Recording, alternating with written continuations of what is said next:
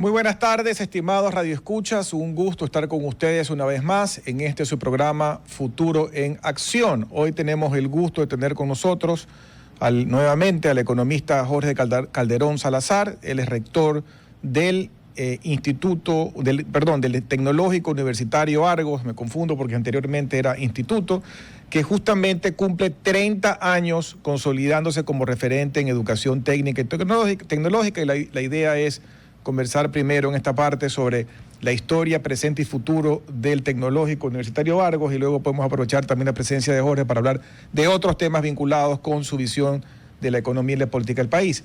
Quisiera comenzar, ya que estás cumpliendo una fecha tan importante en esta prestigiosa institución de educación superior que tú acertadamente diriges. Cuéntanos un poco la historia, cómo nació, cuándo nació y cómo ha ido evolucionando este prestigioso centro educativo.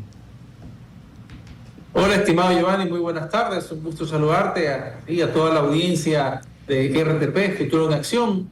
Y ya lo señalabas, nuestra institución, el Tecnológico Universitario Argos, cumplió hace pocos días atrás, el 28 de julio, específicamente 30 años de vida institucional, y realmente muy complacidos por lo que hemos logrado, especialmente en los últimos años, desde el 2018 que está la nueva administración, y en ese sentido tú consultabas cómo surgió. Esto surge allá en el 95, un esquema en que se privilegiaba otro tipo de educación, y la parte técnica tecnológica recién surgía, estaba muy vinculada a actividades de bachillerato, actividades de educación continua, y poco a poco se ha ido ganando su espacio, obviamente también mucho en función de la LOE, de los cambios que hubieron en el 2018 que dieron paso a que justamente pueda existir un mejor aprovechamiento y posicionamiento de la educación técnica tecnológica. Solo para conocer, porque en la parte formal legal, ¿cuál es la diferencia de ser una universidad a ser un tecnológico universitario? Mira, hay aspectos normativos para la aprobación de una universidad. Obviamente esto pasa inclusive como parte de la etapa final por una aprobación de la Asamblea Nacional, y eso hay que tenerlo muy claro, versus los técnicos tecnológicos, que su aprobación está en función de unos requerimientos que establece el Consejo de Educación Superior, entre ellos las carreras, la estructura orgánica, dónde va a funcionar, etcétera, que también son algunos requisitos que piden a las universidades, no a ese nivel, pero que de alguna manera tiende a ser una aprobación más ejecutiva, por así decirlo.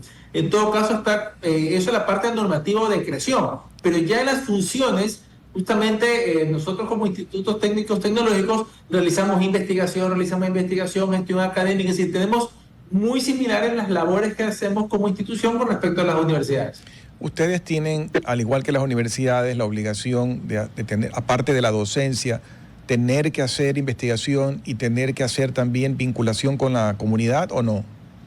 Sí, por supuesto, están claramente delimitadas, tenemos que hacerlo, son parte de los requerimientos de los alumnos, tanto para poder graduarse y como institución para poder nosotros seguir ofertando carreras en prácticas preprofesionales. Es decir, son los mismos requisitos académicos en ese sentido que se exige a una universidad, y obviamente difiere mucho el tipo de investigación que nosotros podamos realizar con respecto a las que puedan hacer las universidades. Nuestro tipo de investigación va más orientadas hacia la parte operativa, la parte modular, la solución de un problema específico que pueda tener una organización, y en ese aspecto ver el aporte que se puede dar desde el espectro técnico-tecnológico. Hace 30 años, físicamente, ¿a dónde nacieron? Y ahora, ¿cómo han evolucionado? Porque entiendo que tienen varios centros físicos en la ciudad. Sí, justamente surgimos en la parte de Urdesa, ya en el 95, funcionando en una casa que había sido acomodada para el efecto. Después pasó a la ubicación donde se encuentra actualmente el campus Las Aguas, junto al Colegio Delfos, inicialmente dentro del colegio, usando sus instalaciones por la noche. Luego nos expandimos hacia una parte lateral que había un edificio que se desocupó. Eso allá hasta el 2018, que justamente, como te señalaba, llegamos como la nueva administración y en mi caso como rector. Para el 2019 abrimos el campus sur, que está por el Hospital del Niño, y para el 2020, a pesar de la pandemia, nosotros aperturamos lo que es el campus La Aurora, que está frente a La Joya, donde justamente me encuentro en este momento. Para el 21 abrimos lo que es la unidad online. Para el 23 abrimos la sede de Babahoyo, nuestra primera experiencia en otra provincia. Y el 24, el año pasado, abrimos lo que es el Campus Opeña, que está diagonal al Teólogo Maldonado Carbo, y en este año empezamos un modelo de clúster educativo también. ¿Y allí cómo están repartidos hoy en día a nivel de porcentajes el número de estudiantes? ¿Cuál es el campus que más personas tiene? Bueno, el campus que concentra más cantidad de alumnos es actualmente el campus Las Aguas, y justamente creo que su ubicación céntrica, por así decirlo, hace que confluyan muchos alumnos de distintos sectores, más allá de que sin duda los que están muy cercanos, Mapacín, Urdesa, Lomas, etcétera, se acercan mucho a esa institución. También atrae estudiantes de otros sectores que antes de ir al trabajo pasan por ahí haciendo sus clases o terminan su jornada laboral recibiendo clases ya por la noche. Pero en todo caso es el campus más grande, y de ahí el número de alumnos le sigue el campus Opeña, que a pesar de haberse inaugurado el año pasado, ha crecido rápidamente porque concentra las carreras de la salud ahí. Antes de entrar justo te iba a preguntar sobre las carreras, pero antes de entrar en eso, ustedes son parte de un grupo educativo muy grande que tiene, entre otros, la Universidad UES, que está pues en un estrato de consumidores a nivel de clientes o de estudiantes. Estamos hablando del nivel económico medio para arriba. Tienes el Ecotec, que yo diría pues que es medio, y ustedes están de medio para abajo. Comparando los tres, digamos, ¿cuál es el que más estudiantes tiene hoy en día? Bueno, cada institución está bastante pareja, atiende un segmento específico de estudiantes en ese sentido. Yo creo que la búsqueda de poder generar esos accesos a educación son beneficiosos, de tal manera que está cubriendo distintas también locaciones geográficas. En este sentido, en función de donde está ubicada cada uno de los campus, la UES tiene un campus, que Ecotec tiene 3, y en ese sentido buscar generar ese acercamiento a la educación superior para que los estudiantes tengan oportunidades. Entrando en el tema que te mencionaba de las carreras, normalmente entiendo yo, y corrígeme si me equivoco, que las personas que buscan los tecnológicos o los institutos universitarios más bien buscan como carreras, primero más cortas, segundo como más prácticas, y que puedan darle un acceso más puntual al trabajo, ¿no? Tú mencionabas, por ejemplo, que las carreras de la salud, yo veo que hay algunos institutos concentrados en la enfermería, en tecnología médica. ¿Cuáles son las carreras que ustedes tienen hoy en día y cuáles son las más demandadas? Justamente una apuesta muy importante que hicimos a nivel institucional fue desarrollar el campus Opeña, y desde un principio concebido solo enfocado al área de la salud. Y en ese sentido se asientan las carreras de enfermería, emergencias médicas, cuidado del adulto mayor, rehabilitación física y desarrollo infantil integral. Y el proyecto es más grande inclusive porque busca llegar o desarrollar otras carreras que complementen la oferta de la salud, y esa ha ganado bastante espacio e importancia en los últimos años, especialmente después de la pandemia, puesto que es claro notar que en función de las tendencias económicas, sociales, de salud, las carreras también van de la mano. Otra carrera que tiene su espacio importante y está en los campus, por ejemplo, Las Aguas y La Aurora, es logística y transporte, con todo este desarrollo del comercio, la firma de acuerdos, el crecimiento que estamos observando en términos de exportación y el movimiento con importaciones, ha hecho que la carrera de logística y transporte alcance un crecimiento importante en los últimos años, junto con comercio electrónico y administración. Y por el lado de las tendencias sociales, las carreras de criminalística y seguridad ciudadana son también de las que más han crecido en nuestra institución. En la parte de salud, no sé si no escuché o si tienes, lo que es terapia física tienen. Rehabilitación física es la denominación que tiene a nivel de técnico tecnológico, así es. ¿Y esa tiene buena demanda? Sí, justamente es de las que tiene más crecimiento, y esperamos en otro momento, a medida que avance su posicionamiento, poder aperturarla en otros campos. En el tema de la logística tú mencionaste pues la parte de exportaciones y demás, pero a veces pensando a la antigua uno pensaba que tener una bodega era simplemente tener una persona de confianza, tener un galpón y ahí veías cómo almacenabas las cosas. Pero todo ese mundo ha evolucionado. O sea, hoy en día un bodeguero no puede ser cualquier persona, debe ser alguien que entienda las lógicas y las técnicas modernas de almacenamiento, de rotación de inventario, de buenas prácticas de almacenaje, de tener las fechas correctas, de tener los montacargas correctos, de tener el picking o la forma más eficiente de ir a dejar o ir a recoger los productos. Ese tipo de cosas, por ejemplo, tienen las empresas actuales la visión correcta y son parte de las carreras que se pueden ofrecer. Sí, justamente son parte de los tópicos que en la carrera de logística y transporte nosotros estamos implementando, puesto que también hay varios tipos de transporte terrestre, fluvial, aéreo. Entonces, se le da un conjunto de herramientas a los estudiantes para que las puedan aprovechar y las sepan incorporar. Y en gran medida muchos de los estudiantes que toman son personas o son jóvenes que están trabajando, laborando en ese tipo de sectores. Entonces eso ayuda muchísimo a que complementen el aprendizaje que se le da justamente en nuestras aulas, teórico-práctico, y con lo que están aprendiendo en el día a día en sus funciones. Entonces tienen un aprendizaje bastante vivencial, bastante práctico, en ese sentido que les asegura también mejor posicionarse mejor laboralmente. Tú mencionaste que en algún momento abrieron la parte de universidad o de carreras online. Eso, ¿qué porcentaje de tus alumnos son hoy en día online? Y si toda la oferta se da por esa vía o solo ciertas carreras. Toda la oferta, exceptuando las carreras de la salud, que por obvias razones no puede ofertarse en esa modalidad. Entonces, de ahí el resto de carreras se encuentran ofertadas también en modalidad en línea. Y en temas de proporción de alumnos, aproximadamente el 54% está en presencial y el 46% está en online. Es bastante. Sí, sin duda. Después de la pandemia el crecimiento ha sido exponencial en asuntos online, superando nuestras expectativas de crecimiento en esa modalidad año tras año. De alguna manera, más allá del tema pandémico, que sin duda le dio un impulso y notoriedad a este tipo de modalidad de estudios, el asunto de seguridad ha llevado a que muchos jóvenes, para no quedarse sin estudiar, porque no salir en horarios nocturnos, prefiere estudiar prefiere estudiar en línea, y también por el asunto de costo, que también va a ser una variable que incida bastante en la decisión de estudio de las personas. El estudiante que opta por la carrera online, ¿es una opción más económica que la física o más o menos por ahí van?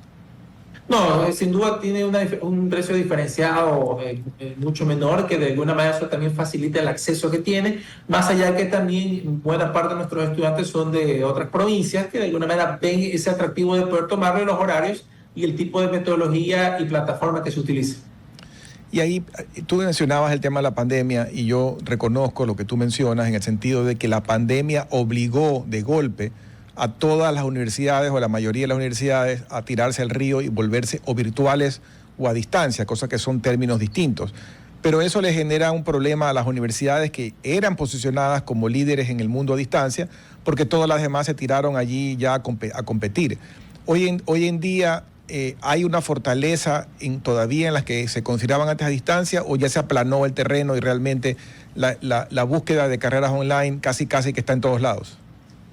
La búsqueda está en todos lados, hay distintas alternativas, hay una competencia importante y oferta que se presente. Yo creo que es importante que exista la misma, más allá de que también tiene que ser observada para que sepan qué tipo de institución es la que está ofreciendo, cuál es la calidad que está detrás, cuál es la metodología, cuál es la plataforma, cuál es el contacto docente que tiene, en fin, todo lo que tiene que ser enriquecedor a este tipo de modalidad. Yo creo que tiene sus ventajas sin duda, porque acerca, facilita, se acopla.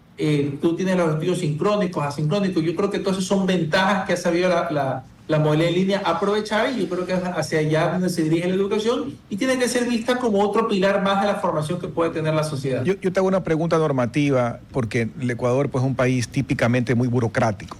A veces se van de un extremo a otro, a veces son demasiado laxos y se crearon universidades de garaje y luego se fueron a otros extremos súper restrictivos. Pero en el mundo de la educación a distancia entró mucha competencia extranjera, especialmente de universidades españolas, con buenos precios, y universidades, hay que decir la verdad, que son legalmente aceptadas en España y que no son pues tampoco consideradas, no son pues la mejor de Europa, pero están en un nivel medio.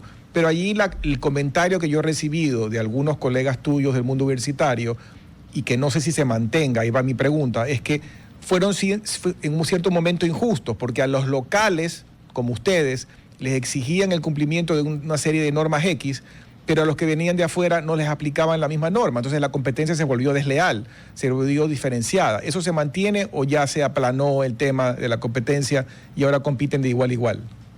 No, se mantiene, y era justamente parte del último comentario que está realizando, que en ese sentido en la oferta online es importante ver quién lo ofrece, quién la da. Tú ves muchos temas en redes sociales, por tomar solo un referente informativo de ofertas de instituciones de España, de Italia, del orbe, y en ese sentido es importante revisar bien la validez que pueda tener los programas, si yo puedo ese título hacerlo registrar aquí en el país, porque hay que tener la consideración de que el caso puntual de España, lo que se reconoce vía CENESID, por ejemplo, que es la Secretaría Nacional de Educación, Ciencia y Tecnología, es los títulos oficiales, no se reconocen los títulos propios. A pesar de que hay instituciones muy importantes que ofrecen títulos propios, pero en todo caso es importante tener presente quién me está ofertando esa modalidad de estudios para garantizar que después no va a tener ningún tipo de inconveniente, sea en los registros, sea en la calidad educativa. Pero yo creo que ahí, y es parte justamente de lo que tú señalabas, hemos expuesto a las instituciones aquí en el país ciertas consideraciones que se tocan para tener la cancha nivelada. No estamos contrarios de la competencia. De hecho, es mejor que vengan, porque eso también nos ayuda a mejorar y decir, bueno, ¿qué más puedo hacer para estar a la altura de? Pero necesito que la cancha esté plana, como tú lo señalas, para que exista la igualdad de condiciones, para que todos podamos participar, y ya dependerá de los diferenciales que cada uno pueda tener, sus atributos, que es propio de cada organización educativa, pueda tener una captación de alumnos acorde a lo que está ofertando. Entrando en la pregunta con respecto a la gente joven que tú has tenido pues relación en el mundo académico, no solamente aquí en Argos, sino también en otras universidades como la misma UES. Hablemos de las tendencias. ¿Cuáles son los principales intereses que se van, que van determinando una tendencia en la juventud? Porque, por decirte, en una época hablaban mucho de todo el tema pues, de comunicación, después otra época estaba de moda el tema de tecnologías digitales, ahora se habla mucho de inteligencia artificial, que para mí es un término trillado que se manipula mucho. ¿Cuáles son las tendencias actuales? Obviamente tú has mencionado el tema de salud como una tendencia, pero ¿cuáles son los caminos que tú ves hacia futuro? Bueno, todo el tema tecnológico ha estado siempre presente y lo va a seguir siendo con mucha más certeza. Yo creo que el tema de inteligencia artificial y todo lo relacionado a TICs, metaverso, etcétera, hay que saberlo gestionar, hay que conocerlo, cómo puedo aprovecharlo para que sea un complemento de mis actividades diarias, de mis actividades profesionales, para, en este sentido, optimizar mis resultados. Yo creo que todo profesional necesita saber aprovechar mejor su tiempo, más allá de la organización que tiene que tener como tal para poder obtener los logros profesionales, es qué más puedo utilizar para mejorar mi gestión, mi atención, mi servicio o mi resultado. Y yo creo que ahí el tema tecnológico va a ser fundamental y tiene que también haber un apoyo importante de las organizaciones para que pongan al alcance estas tecnologías. No pensemos que utilizar las tecnologías, sea IA o cualquier otra, va a ser muy oneroso. Se trata de una inversión, por supuesto, pero hay muchos recursos disponibles. Hay que saber encontrarlos, hay que saber cuáles me pueden servir más para adaptarme a mi aspecto organizacional o mi aspecto profesional. Pues yo creo que esa va a ser una de las habilidades que tenemos que, el ser humano debe tener conciencia, y los jóvenes que tienen que saber gestionarla, más allá de los temas comunicacionales, idiomáticos, habilidades interpersonales que son fundamentales. Todo el tema tecnológico es un complemento, no necesariamente es un desplazamiento del individuo, del profesional, y hay que saber cómo adaptarla y gestionarla, reitero, en nuestras actividades laborales. Para la gente que nos escucha, que puede estar interesado en tocar en la puerta, ¿cuál es la duración promedio de las carreras que ustedes ofrecen? Todas las carreras duran 2 años, eso es parte de la ventaja de la educación técnica tecnológica, que son títulos cortos. Entonces todas las carreras duran 2 años, pueden estudiarse en la mañana, tarde, noche, fin de semana, hay la modalidad de validación laboral, y esa es muy buena porque ayuda muchísimo a aquel profesional que tiene experiencia pero que no ha alcanzado un título por diversos matices, porque no siguió la universidad, no la terminó, o inclusive trabaja en un área que no es la que se tituló y puede también hacerlo. Entonces aquí esta opción le reduce a 1 año, a la mitad de la carrera, porque valida esa experiencia y en este sentido de su título en menor tiempo. Entonces las opciones están, y es importante que los jóvenes puedan considerarlas para que puedan aprovechar su tiempo y sin duda alcanzar una expectativa muy importante en su vida, que es titularse de una institución de educación superior. O sea, para seguir un ejemplo de que tú mencionabas del tema logístico, alguien que ha trabajado algunos años en el mundo logístico, que quiera optar por una carrera corta, podría validar su experiencia y en vez de demorarse 2 años, se demoraría 1 año, año y pico. 1 año, exactamente. Puede ser 1 año. Lo que establece el requisito actualmente es que debe tener al menos 2 años de experiencia, no importa que sea la misma organización, mientras sean las mismas actividades, y en este sentido valida y puede hacer la carrera en 1 año de estudios. Hemos hablado del pasado y del presente. ¿Cómo visualizas tú el futuro de Argos? Bueno, el futuro de Argos va a seguir en la expansión. Yo creo que eso va a ser importante para garantizar que podamos llegar a más jóvenes, a más personas. Buscamos desarrollar nuevos campos y sedes en el futuro. a potenciar más la actividad en línea, todo lo que son las carreras de la salud. Yo creo que eso va a ser importantísimo. Avanzamos hacia esa ruta. Sin duda, hay un contexto institucional a nivel país que está empezando a sentarse al menos, y eso ya genera cierta tranquilidad y respiro para algunas decisiones. Pues yo creo que el fortalecimiento de los campos actuales, seguir apostando a la salud y al tema online, seguir incorporando todo el tema de TICs en las carreras, va a ser fundamental para que Argos siga siendo una opción valedera para estudios de educación técnica tecnológica. ¿Y tú te ves creciendo más en la parte de expansión física o más por el lado de online? ¿O igual?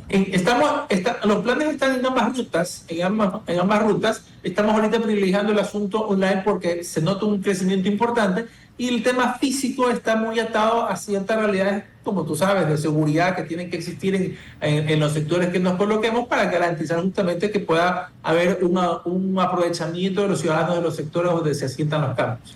Una pregunta, una persona que hace una carrera corta, ya explicaste que son 2 años en promedio, y luego a futuro dice, bueno, ahora sí quiero animarme a hacer una carrera completa de 4 años, de 5 años, en una universidad tipo las aliadas de ustedes, como Ecotec o como UES, ¿eso que hizo puede ser convalidado o no? Mira, los estudios que una persona realiza en un instituto técnico tecnológico pueden ser validados en cualquier universidad del país. Lo que depende es la cantidad de materias que le valide. Ya dependerá mucho de la orientación que tenga la carrera. Pero puntualmente nosotros con Ecotec hemos desarrollado una alianza académica para que se genere una continuidad de estudios, y en este sentido las áreas académicas han trabajado también de ambas instituciones, en la cual el 100% de los estudios realizados por los graduados de Argos son reconocidos en su totalidad en Ecotec, de tal forma que ellos, haciendo las materias que les faltan, alcancen una licenciatura o ingeniería según sea el caso. Bueno, vamos a irnos a un corte breve y regresamos en unos minutos para seguir con este interesante diálogo. RTP 965, a la conquista del mundo digital. Presenta sus nuevas instalaciones y tecnología de vanguardia. Renovamos nuestro compromiso de seguir brindando contenido útil y de la más alta calidad. Programas de opinión con referentes de la comunicación. Noticias para contar todo lo que está pasando en todo momento. Una variedad de segmentos con lo que necesitas saber. Y asociaciones internacionales estratégicas. Todo para mantener a nuestra audiencia y seguidores siempre bien informados. Siempre en RTP. Buena compañía. Gracias por regresar con nosotros a su programa Futuro en Acción. Para las personas que recién se enganchan, estamos conversando con el economista Jorge Calderón Salazar, quien dirige el Tecnológico Universitario Argos.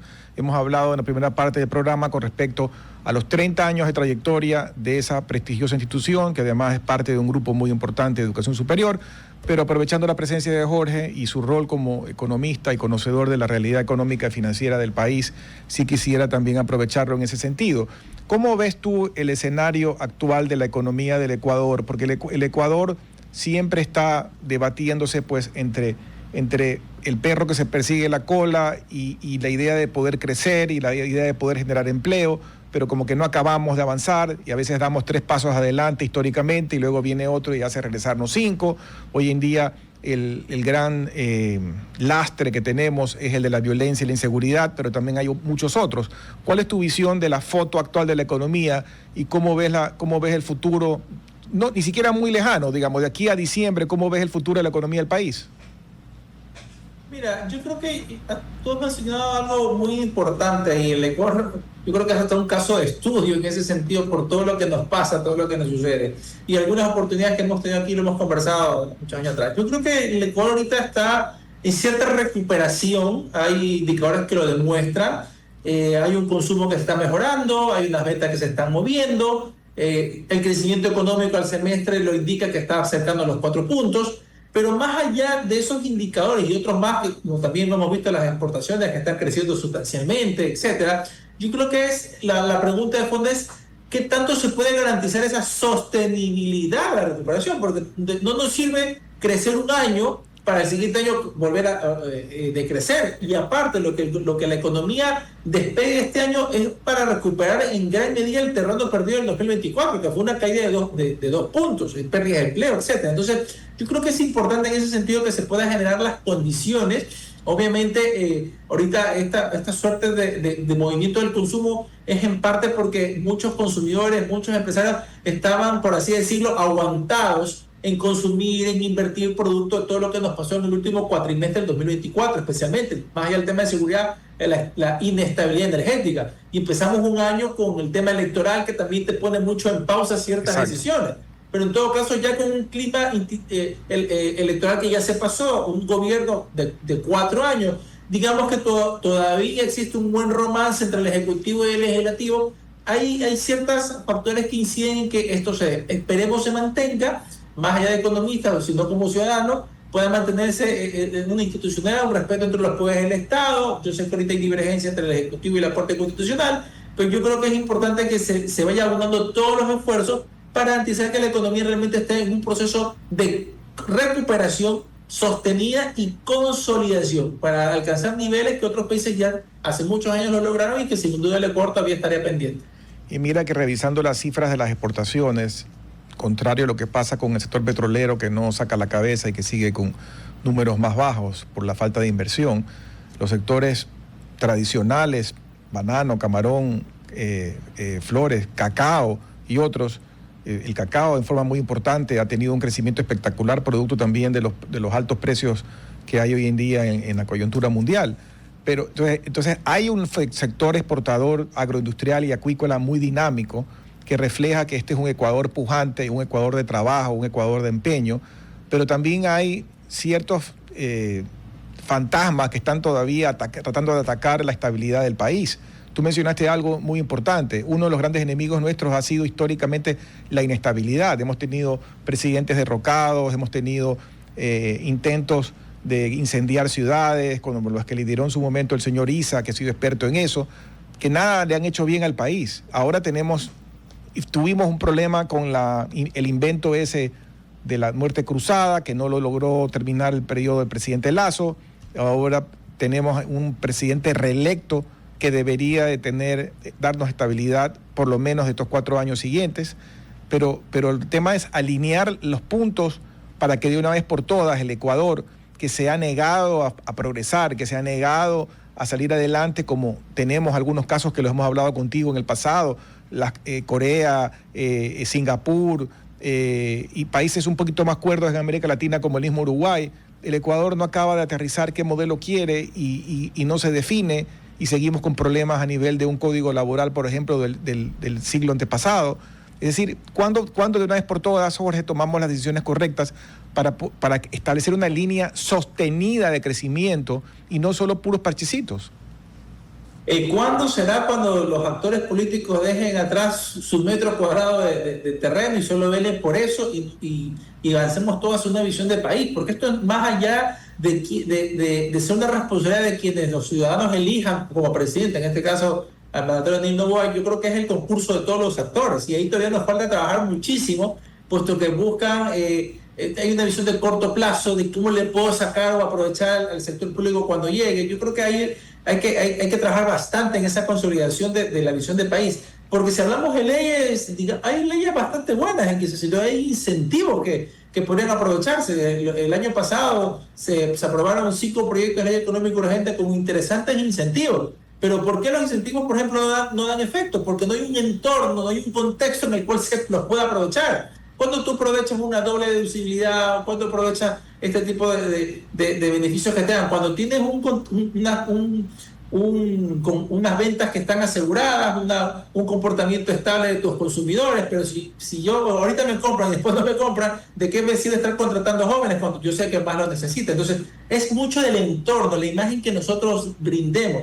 Por ejemplo, el tema ahorita de las giras presidenciales me parece importante porque esa diplomacia directa ayuda a acercarnos, pero al final del día el presidente de los otros países, los empresarios van a decir, bueno, quiero que realmente las cosas cambien y esperemos, en ese sentido que lo decía al comienzo de la pregunta, el concurso de todos los actores para poder garantizar esa estabilidad, que no sea algo que solamente se diga, sino que ni se perciba, sino que se sienta que realmente es un país adecuado para invertir, con unas condiciones de trabajo, como tú señalabas, adecuadas, acordes, no que vulnere derechos, que esos son algunos de los fantasmas que ciertos grupos sindicales quieren meter a la población para que no dé paso a las reformas.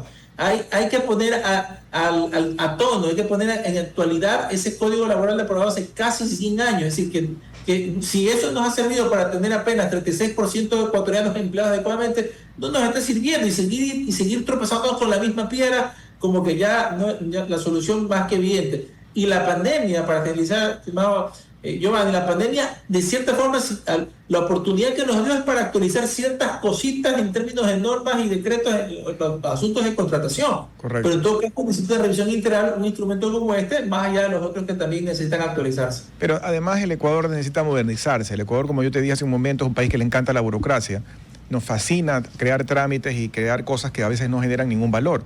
Y en el crecimiento del gasto público, hace un par de semanas, si no me falla la memoria, o un poco más, el Universo hace un recuento de cómo evolucionó el gasto público en los últimos 20 años. Y uno ve clarito cómo el presidente Correa recibe el país con 3.000 y pico de millones de gastos y lo devuelve con más de 9.000 millones. Es decir, que casi que triplica el gasto público. Uno se pregunta si el Ecuador funcionó bien o mal con 3.000 y pico, y con 9.000 y pico, ¿qué pasó? Porque tampoco tenemos 3 veces más salud, más educación, etcétera.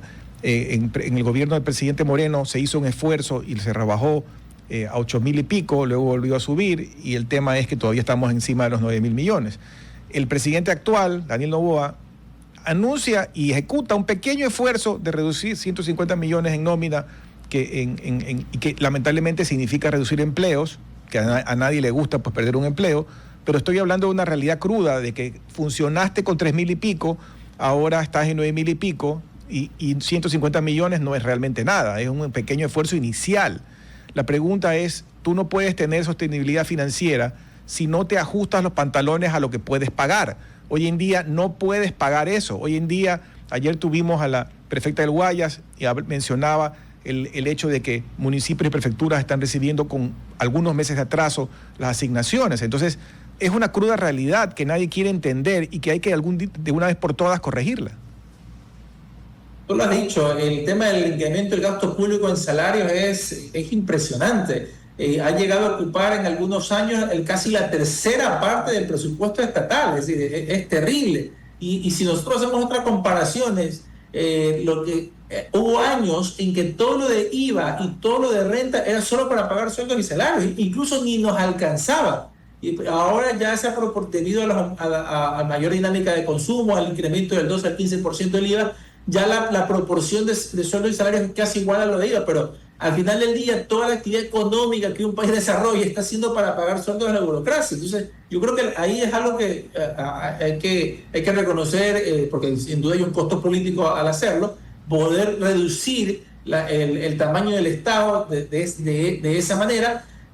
Son esfuerzos pequeños, tú lo has dicho, 140, 150 millones de dólares el cálculo inicial de casi 10.000 millones de sueldos que se paga anualmente, pero por algo se tiene que avanzar, y yo creo que eso va a demostrar que sí es posible tener mejores servicios hacia los ciudadanos con un tamaño más óptimo en ese aspecto para poder garantizar eso, y que es lo que al final de la ciudadanía desea. En todo caso, yo creo que eso será importante, que se puede ir avanzando, mejorar la eficiencia del Estado, reducir su tamaño, e inclusive apostarle a otras áreas que sí deberían crecer, inclusive en nómina, como es salud, como es educación y como es seguridad, pero en tanto en cuanto esté acorde a las necesidades que tengan la población. Eso justamente te iba a preguntar, porque la gente que nos escucha puede decir, a ver, pero este par de señores están locos porque dicen que hay que bajar el gasto público cuando a mí no me están dando la salud que necesito, no me están dando las medicinas, no me están dando ni siquiera las gasas para una operación, lo que sea, y tengo que ir a buscar todo. Entonces estos señores están locos.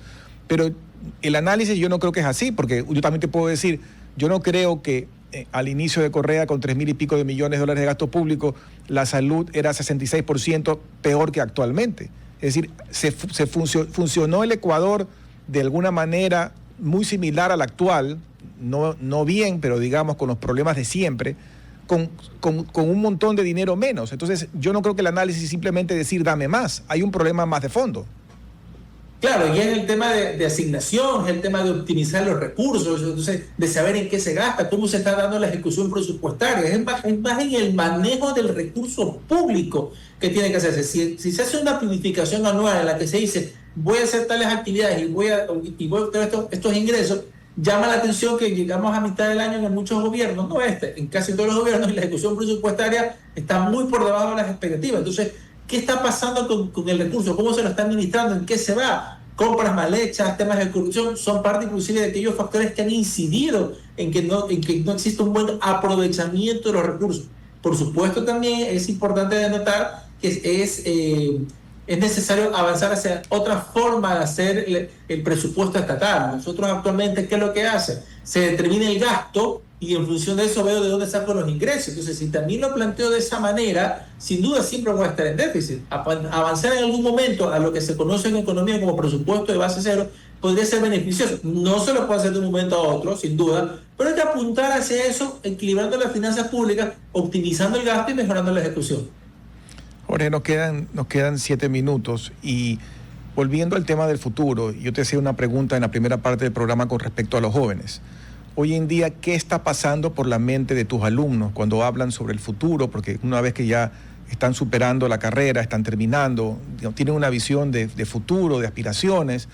Es penoso ver que en algún momento dado la aspiración era irse, pero ahora también está mucho más complicado irse a los Estados Unidos por las razones que todos conocen. Europa no anda en mejor momento a nivel de trabajo, entonces ¿Qué pasa por la mente de los jóvenes? Porque la única solución, que es la correcta, es quedarnos y sacar adelante este país. Bueno, hay diversas opiniones en los jóvenes, pero mayoritariamente ellos tienen el deseo de quedarse por lazos familiares, por ese amor hacia el país y poder aprovechar las potencialidades que aquí existen. Pero obviamente ellos buscarán las oportunidades que crean pertinentes en otros países y en otros contextos, porque al final del día lo que ellos quieren es esa estabilidad, ese bienestar, y si no lo obtienen en el país, lo van a buscar en otra parte. Pero en todo caso, yo creo que el deseo mayoritario de los mismos es buscar quedarse y poder contribuir al país. Pero en todo caso, siempre tendrán ese plan B, que si las oportunidades están en otro lado, las van a tomar. Pero en todo caso, esperemos el país en algún momento genere las condiciones para que el joven no tenga ese plan B en mente, sino que sea siempre su plan A, quedarse y aportar al país. Ahora, el joven siempre tiene dos opciones, ¿no? La una es buscar trabajo, que ya hablamos en el sentido de que está complicado el trabajo en la mayoría de los puestos, y también tiene opción de emprender. En el lado del emprendimiento también hay muchas limitaciones. No hay un crédito muy amigable al que recién empieza, es más fácil conseguirlo si tú ya tienes una trayectoria. Lo que es capital de inversión existe, pero todavía no hay una tradición larga en el Ecuador de capital de riesgo. ¿Cómo ves tú a ese lado, al que quiere emprender con algo que podría convertirse en algo grande, pero que necesita un empujoncito al inicio para poder arrancar? Bien, yo creo que hay que darle las condiciones a los jóvenes, más allá de las condiciones macroeconómicas que hemos mencionado, y son válidas. Tú has mencionado un aspecto importante: acceso a crédito, que las tasas de interés puedan reducirse, buscar internacionalizar el sistema financiero para que venga una competencia que ayude a bajar las tasas de interés, que los bancos puedan reducir sus costos operativos. Muchos de los emprendedores que se financian a través de crédito informal, llámese chulco, a tasas exorbitantes, o se endeudan vía créditos de consumo, ni siquiera crédito productivo. Entonces se endeudan a través de la tarjeta de crédito o sacan un crédito con otras características para financiar su negocio y rondan tasas de entre el 14 al 16%, entonces que siguen siendo muy altas para arrancar un negocio. Entonces yo creo que hay que buscar eso, hay que generar una estructura y un ecosistema de emprendimiento que, más allá de brindar y dar apoyo en las ideas, en la gestación de las mismas o acelerar los negocios, es que conecte con aquellas personas que tienen recursos, que generen encadenamientos productivos con medianas y grandes empresas, que estas les puedan facilitar recursos, que se hagan, por ejemplo, temas de beneficios tributarios para que sí las grandes empresas tengan esa motivación de apoyar a pequeños emprendedores. Entonces yo creo que hace falta unir los distintos esfuerzos aislados y generar nuevas ideas para que se pueda apoyar a los emprendedores del país. Nos quedan 5 minutos, Jorge. Y en esa línea de futuro, ¿qué tanto está pesando en la mente de los jóvenes esa preocupación sobre la inseguridad? Que a pesar de los grandes esfuerzos que se está haciendo ahora, y ya dije el otro día que doy un voto de aplauso por el ministro Reinberg, que la verdad es que se la faja en el día a día en el trabajo que se hace, pero pero falta mucho todavía, y todavía uno ve los noticieros de la mañana y prácticamente no quiere ni salir de la casa. Entonces, ¿cómo está sopesando eso en la visión de los jóvenes? ¿Cómo se defienden de esa realidad? Porque ellos no pueden quedarse encerrados en su casa, tienen que ir a la universidad, tienen que ir al tecnológico, tienen que ir al trabajo. ¿Cómo ves tú ese manejo, digamos, esa cruda realidad que tenemos, sobre todo aquí en la costa? Mira, sopesa bastante, porque incluso parte de lo que ha impulsado el crecimiento de la educación online es justamente la inseguridad.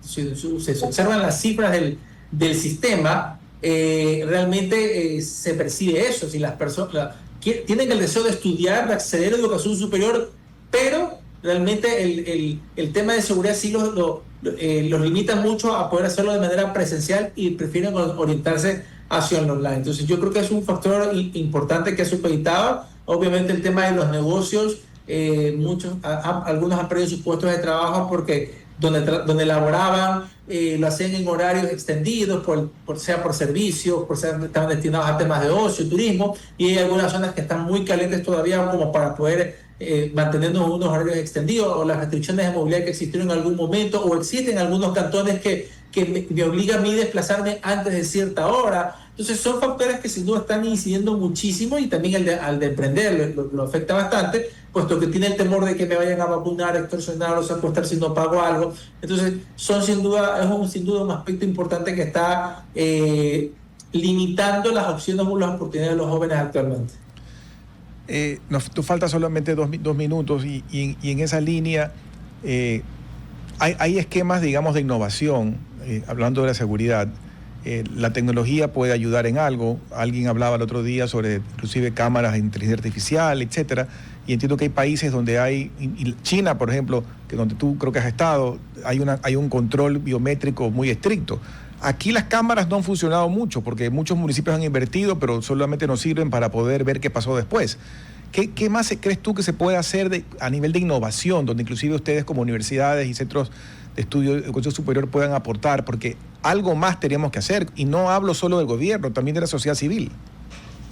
Bien, yo creo que ahí los aportes hacia el uso de tecnologías desde la academia es fundamental, más allá de preparar a los profesionales que se necesita, temas relacionados a redes de telecomunicaciones, ciberseguridad, desarrollo de aplicaciones móviles, entre otras.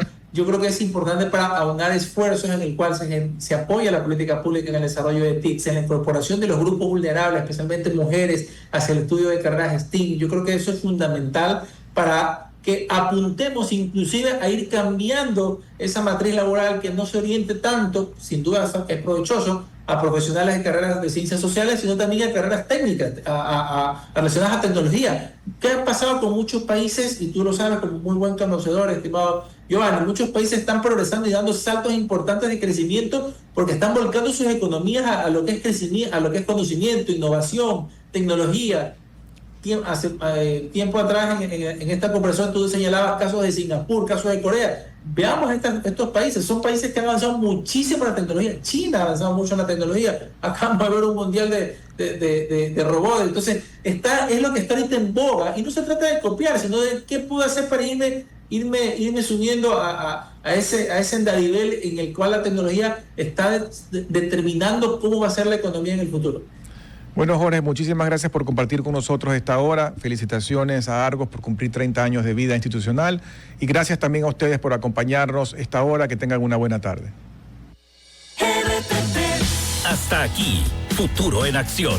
Control Master Marisela Basantes. Transmisión digital Gerardo Díaz. Redes sociales Erika Eras. Edición Oscar Saavedra. Dirección Javier Gamboa. Todos los derechos reservados. RTP 2025.